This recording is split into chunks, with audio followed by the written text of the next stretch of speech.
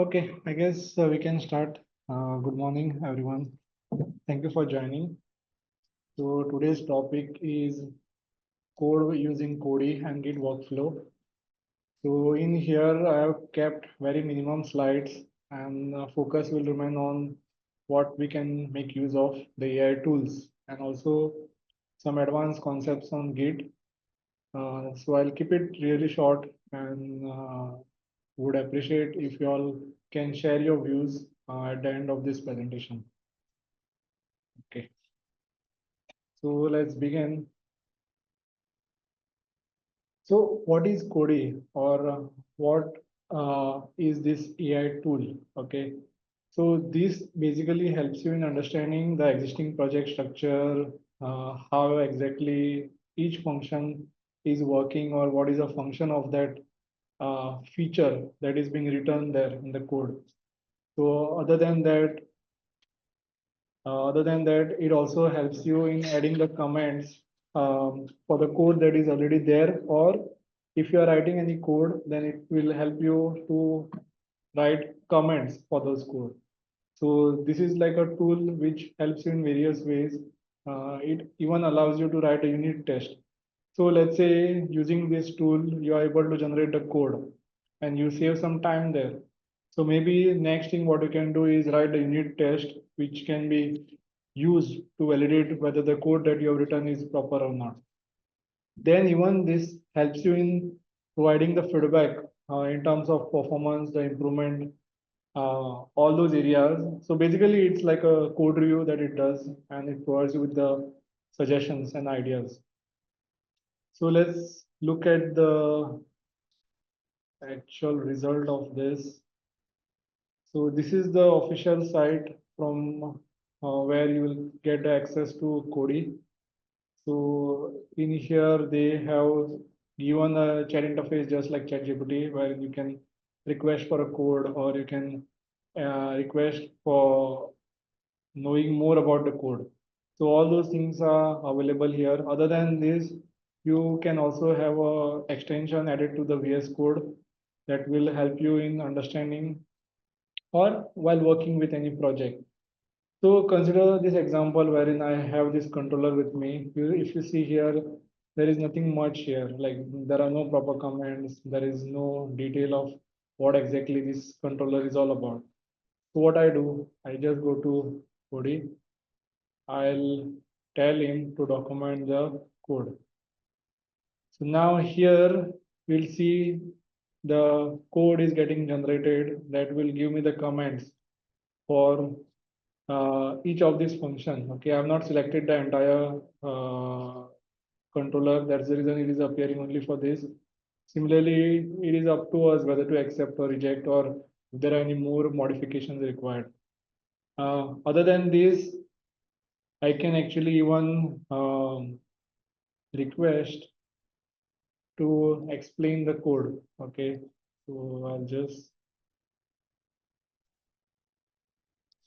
show this quickly. So here it is responsible for managing the orders, which appears to be e-commerce system and handles all main operations related to the orders like creating them, viewing them, updating their status. So it basically helps me in detail like to understand what this controller is all about. So some of the times it happens that even the KT that is shared with you all, it may not have the accurate information, or there might be some instances that you might say that, oh, I didn't understand this, or there is no clarity in this. So Cody will actually help you in understanding that piece of code or a project, what exactly it's all about. And this is like the feature you can make widely use of if you are not able to get the timely help. So this is the help that you will get directly from this tool. Then there are more things like the unit test you can make use of. Even if you want, you can start like generating the code. Okay, so um, yeah, so you can just maybe mention anything what you like to be added in the order controller. So what interesting part here is you will see there are multiple models you can make use of here. Okay, so all these models are available in a single platform, and you will be able to generate the code using any of these models. Now, another only one thing, the limitation of this is uh, per month there are certain fixed number of prompts that you can write or generate a code using a prompt. Okay, that's the only criteria that is there for this coding. Other than that, it is really helpful in understanding most of the things. Okay, so for today's PDC, this is like one of the very interesting AI tool you can make use of. Now let's move on to the next tool, which is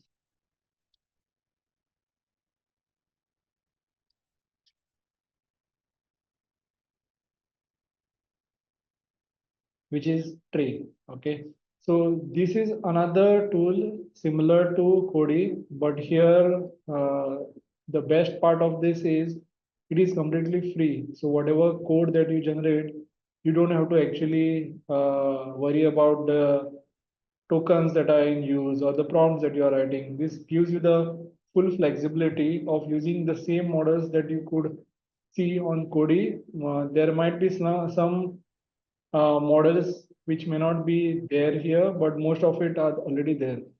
So Tray basically helps you in understanding the code and auto generation of the code. Then it can the one of the really interesting feature of this is when you have a Figma or any image, UI image, let's say you want to generate a code you for those images. So this basically use those images to create a code. So you just upload an image, it will check and read that images component, and then it will generate a code to build that UI. Okay, so that's the really interesting part for Tray. Then next thing is it will be able to show you the live preview, like whatever you have built. If you want to have a look at it, like what is happening behind the scene or what is the result of this. So that is real time visible in the editor itself. Okay. So let's move on to the actual demo of this. So this is their website, trae.ai. So from here you can download the editor and there are multiple features which I've already explained are listed here. So you can just go through. So let's move on to the actual implementation part of it. So what I have here is the Note app. So I'll just stick to very basic implementation for now. So I have two options, chat and builder. So I'll go ahead with the builder for now. So I'll request Trey to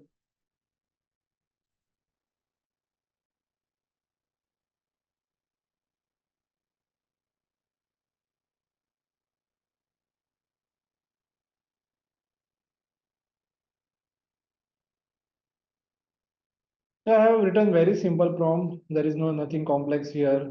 So what you will see here is it will just give me the step of commands. Okay, so I'm just running those commands. So all these step by step, it will show me the different things that I will need to create a project. So in your case, like if you are working with um, any sort of project and you have extensive requirements written down there in the user story. So what you need to do, you just need to paste those here at the higher level, mention the details that you need, the specific components, what are the file structure that needs to get followed, and all those criteria. So it will generate all the set of instructions based on the prompt that you give. And then here it will give the chain of commands that you can run in order to create the files here. Now, beauty of this is um, in when you are making use of ChatGPT or any online platform, you are generating a code and then you need to paste that code into those specific files or you need to create your own structure. And there are many things wherein you need to manually do updation of the code, right? But in this case, it basically checks the directory structure. It checks for uh,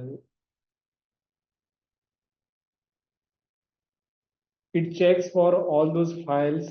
It real time updates those files, and it takes care of all those things which are required to be done behind the scenes. Okay,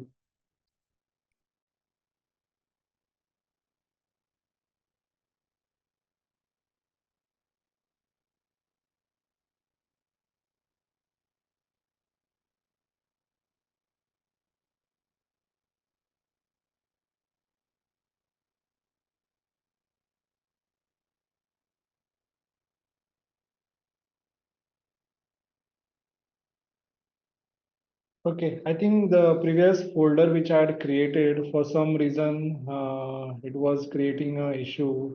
So just allow me 1 minute.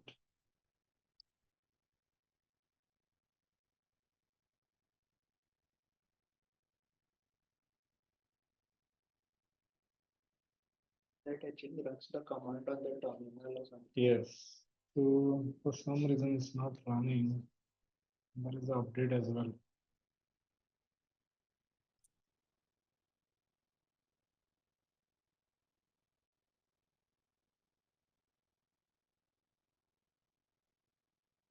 Okay, until this happens behind the scene, let's move on to the next part, which is the advanced Git workflow. Okay, now this particular topic I have considered based on the Collab AI implementation. Okay, so there I see like multiple people are failing to understand like some of the basic practices which needs to happen. So that's the reason I have uh, I'll just give you some examples like how to deal with some of the situations. Okay. Um, let's move on to those. So most of the steps are pretty simple, like what you guys follow, checking out into the feature branch, then adding your code and then pushing the branch and raising a PR, right? This is a normal process that you guys follow. Next thing, what comes in is resolving the code conflicts or reverting the changes or selecting the specific code commits. Or the last step is resetting the header. So let's go one by one. So first thing is resolving the conflicts. Okay. I have one repo here.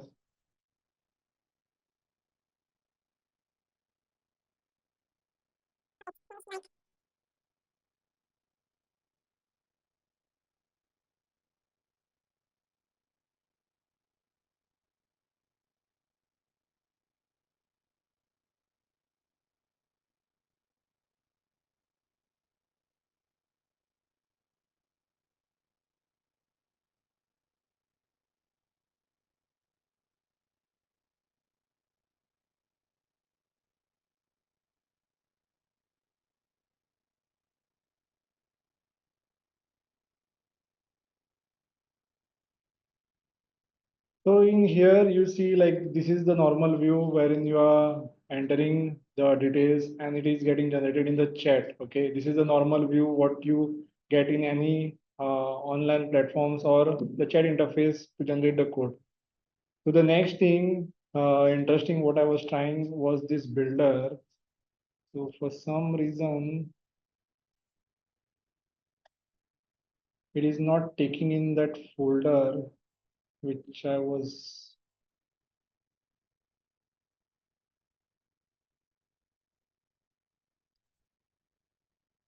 Okay, seems like now it will create. Okay. Okay, so if you see here, these are the different files that get created when I run this command. So there is nothing uh, like manual intervention that is there. I just need to accept what it just gives, and it will then install those packages and will run all those chain of commands. Okay, so this is like the first step wherein it will just set up the project.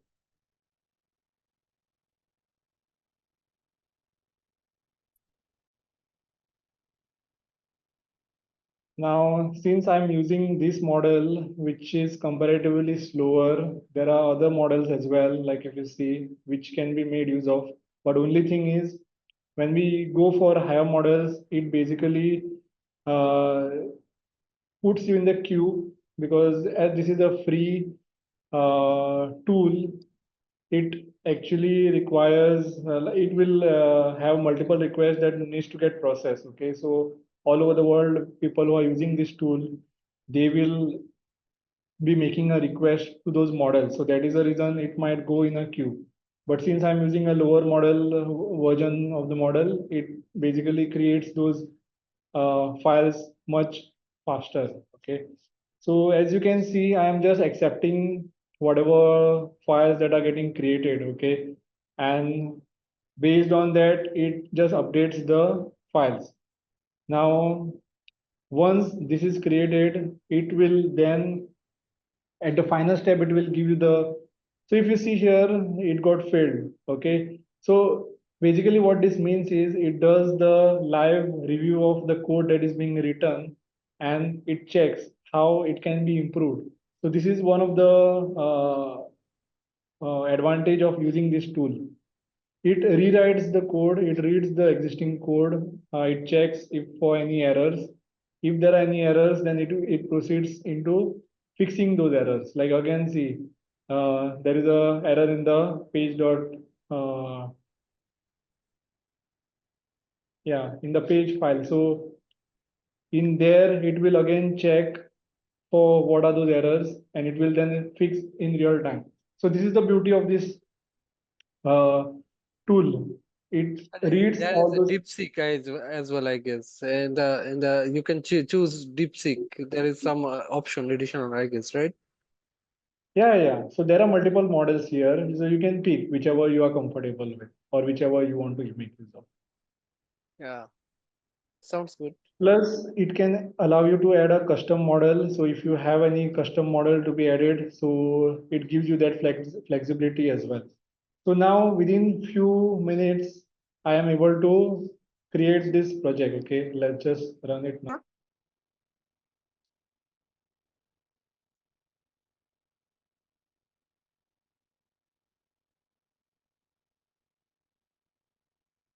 So this is like a very basic implementation of a Node app. So you can actually explore this and try to do more complex features. Okay. So here I see like there is a color related issues. So what I'll do is,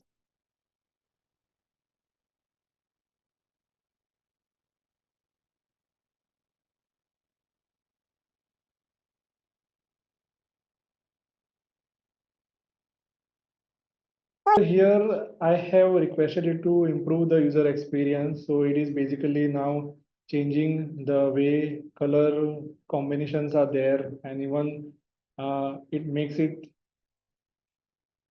So in previously, when I was looking here, it had the gray color, right? So now it got changed. So,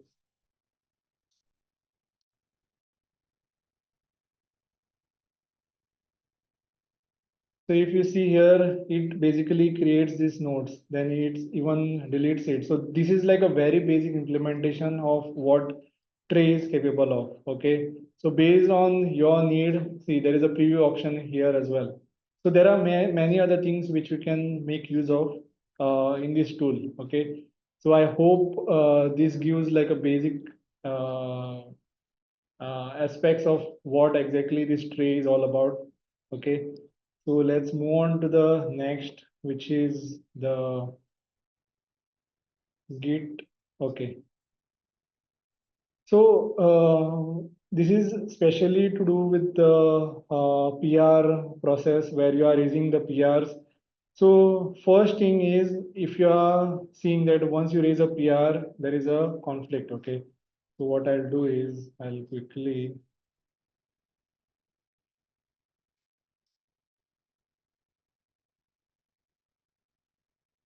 okay, merge this. Okay. So I have merged this PR, then there is another PR which I see. So here there is a conflict. So um, I'm sure you guys are aware that how and why I got the conflict here. It's the same file that got edited. So the primarily what I need to do here is I need to resolve those conflicts, right? So what are those things that I need to do? First, I need to pull in all the remote changes. Then I need to check out to my feature branch. Okay. So what I'll do is,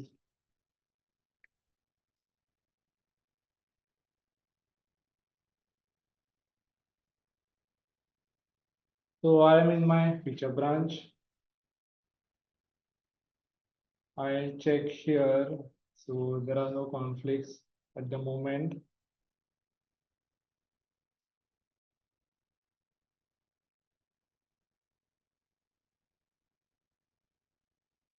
So I have now pulled the latest copy of the origin, like all the branches that are there. And now I'm trying to merge it to the main branch. I mean, I'm trying to merge the main branch into this feature branch. Okay. So now I'm seeing that, okay, there is a conflict here. So which I need to resolve. So we'll follow the normal process. So here I see like the changes reflecting.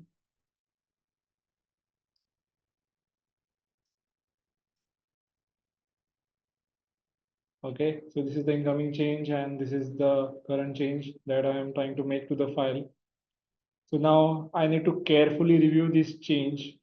I accept this change or I accept the incoming change and then I proceed with deploying the code. Okay, so this is the process that we follow. Now, some of the times it may so happen that you are not aware of the code that is written here, which is getting overridden. So this is the critical aspect we should be more focused about. Now let's say Vinay has written a code which is this, and let's say Amay has written the code which is this. Now, in order to accept the current change or the incoming change, both needs to have a discussion on the channel. They need to both discuss like whether this will affect any core feature or this will affect any core feature. If both of these people agree that okay, it won't have a significant impact and both needs to be kept. So what I need to do, I need to keep accept both the changes like this. And if I accept both of these, then there might be issue in other areas. So this needs to be mutually discussed and then only accept. I cannot just go ahead and accept the current change because that is my change and I forget about the incoming change. So most of the time what we have seen is at the project level, you guys are accepting, like some of you are accepting the current change and you miss on incoming change, which is not the right way of doing these things. So the communication is really important in this case. That's the reason I just wanted to highlight this. So when you both agree, then you can accept both the changes or accept the incoming or the current change. Once that is done, you uh, uh, you resolve those conflict, you add those files, you commit, and then you push. Okay, this is like option one you can do. Next thing is you can follow git pull origin main. So this will directly pull all the changes which are there in the main branch into your feature branch. Okay, and then you can proceed with the raising the PR. Okay, so this is about the conflict. Next thing is the reverting the branches. So reverting to the specific commit, okay, in your branch. Now the first step is to identify. Okay, right now I'll just proceed with the incoming change.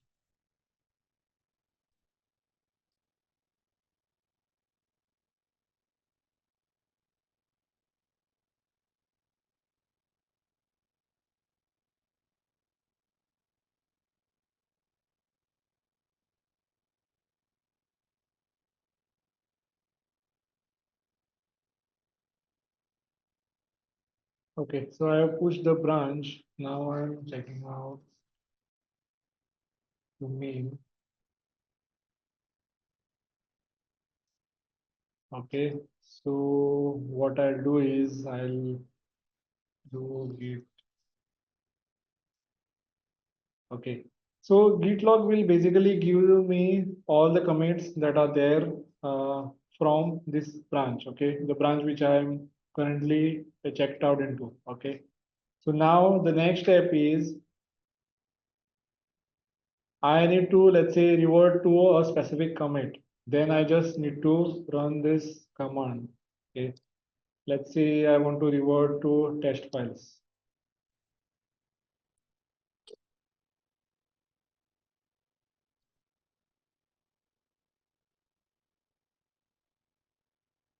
Okay. So after reverting to this, again, I have some conflicts here. Okay. So the thing is that when you are reverting, you may not see the actual change is there.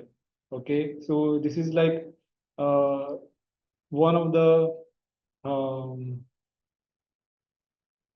okay. Uh, Yeah. So in here, when you are reverting, you may see like there are some conflicts. Okay. In many of most of the times you will see the conflicts. So primarily you need to fix those commits. Okay. I guess I have already exceeded the current time. So once you resolve those conflict, the next thing is you need to test all the features again. Okay. Once you test those features, the same process will get followed what you did in the code conflicts. Okay. So idea here is, or the reason why I showed this is for you to know that it's really important that when you are reverting to a specific commit, you need to identify the conflicts. I mean, fix the conflicts that are there. And once you resolve those conflicts, then only you need to push the code. Okay. Do not directly revert and then push the changes. Another approach is basically checking into the specific branch. Okay. In that specific branch, the parent commit. Okay. So these are the steps which I have already given here, like what you need to do, how you need to do. Due to the time constraint, I may not be able to cover all those, but if you have any questions, feel free to reach out to me. Okay. Next thing is regarding the cherry picking. Okay. So what we have noticed on Collab AI is there are multiple people who are contributing on the project, right? So there are some branches which are having some issues, and both are getting merged with the staging or develop branch, and it becomes really hectic or difficult to know which are the specific changes which you did in your feature branch to be merged to master or staging. So for that, these are the steps that needs to be followed. Okay. So basically the cherry pick is a method wherein you will pick the specific commit for from your feature branch. Then once you pick those specific files that are updated, you merge those files with uh, the staging branch. Okay. Again, you will get those conflicts. You resolve those conflicts, test the features, edit, and then again, okay, this is a really important command. Okay, git cherry pick continue. If you don't do this, then you won't be able to push that branch or that commit in your feature branch. Okay, or the staging branch. So that's the reason this needs to get followed. Next thing is the commit the simple message, and then you push your branch and raise a PR. So this step is pretty much similar to rest of the steps which I have shown here. The only thing what you need to do is this. Okay, you need to pull the main branch or the staging branch. You create a new branch. In that new branch, you cherry pick the commit that you need from your feature branch.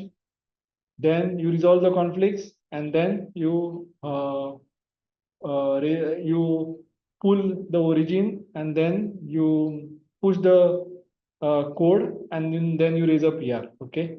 So this is about the cherry pick. If you face any issues, do let me know. But this is a chain of commands that needs to get followed when you're doing cherry pick. Last is the reset. Okay. So in reset, basically in revert, you normally get a commit, okay, new commit, which is getting generated based on the reward that you do. But whereas in the case of reset, it basically resets into the specific commit without keeping the history of it. Okay. So this option again bit tricky to be used, but this really comes in handy when you are trying to reset to specific branch. Okay. So Okay, so since I have a conflict, I'll have to resolve it, but I won't be able to show this section here. But the idea remains the same. You first need to log into the specific branch for which you are trying to reset.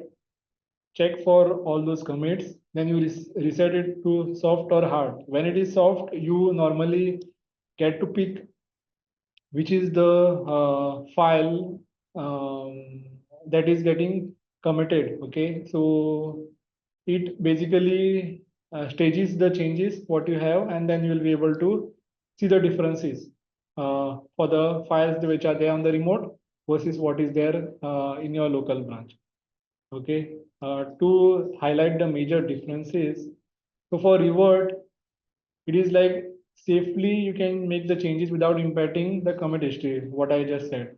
Whereas in reset, you are directly resetting or modifying the old commits.